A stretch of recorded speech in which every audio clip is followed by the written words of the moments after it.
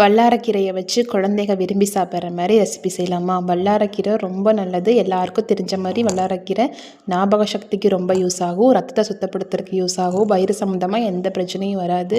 இந்த மாதிரி நிறைய நல்லது இருக்குது. அதை எப்படி செய்யறதுக்கு நான் ஃபஸ்ட்டு வல்லாரக்கீரையை நல்லா க்ளீன் பண்ணிவிட்டு குட்டி குட்டியாக கட் பண்ணி எடுத்து வச்சுக்கிட்டேன். அப்புறமா தாளிப்புக்கு ஒரு 6-7 சின்ன வெங்காயமும் 2 பல் பூண்டையும் பொடி பொடியாக கட் பண்ணி எடுத்து வச்சுக்கிட்டேன். அப்புறமா குக்கரில் கொஞ்சமாக தேங்காய் ஆட் பண்ணிவிட்டு தாளிப்புக்கு கொஞ்சம் கடுகு, கொஞ்சம் சீரகம், கட் பண்ணி வச்சுருக்கிற சின்ன வெங்காயம், கருவேப்பிலை, பூண்டு எல்லாத்தையும் போட்டு கொஞ்சம் பெருங்காயம் பொடியும் போட்டு லைட்டாக கலர் மாறுற அளவுக்கு வதங்கினதுக்கப்புறமா கொஞ்சமாக நான் ஒரு அரை தக்காளி மட்டும் எடுத்திருக்கேன், அதையும் அது கூட ஆட் பண்ணிவிட்டு நல்லா வதக்கிக்கலாம். அப்புறமா நம்ம கட் பண்ணி வச்சுருக்கிற வல்லாரக்கீரையும் ஆட் பண்ணி தேவையான அளவு உப்பு போட்டுட்டு கொஞ்சமாக ஒரு 1/4 ஸ்பூன் அளவுக்கு மஞ்சள் பொடி, டேஸ்ட்டுக்கு ஒரு 1/4 ஸ்பூன் அளவுக்கு சாம்பார் பொடி, மிளகா பொடி போட்டோம்னா காரமாக இருக்கும், ஸோ சாம்பார் பொடி போட்டுக்கலாம். போட்டு பச்சை வாசம் இல்லாமல் கிளறிக்கலாம்.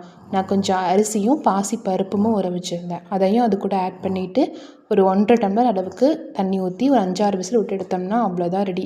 கடைசியாக கொஞ்சமாக நெய் ஊற்றி நல்லா மசிச்சு விட்டு ஊற்றி பாருங்கள். குழந்தைங்க ரொம்ப விரும்பி சாப்பிடுவாங்க. ரொம்ப சத்தானது. கண்டிப்பாக ட்ரை பண்ணி பாருங்கள்.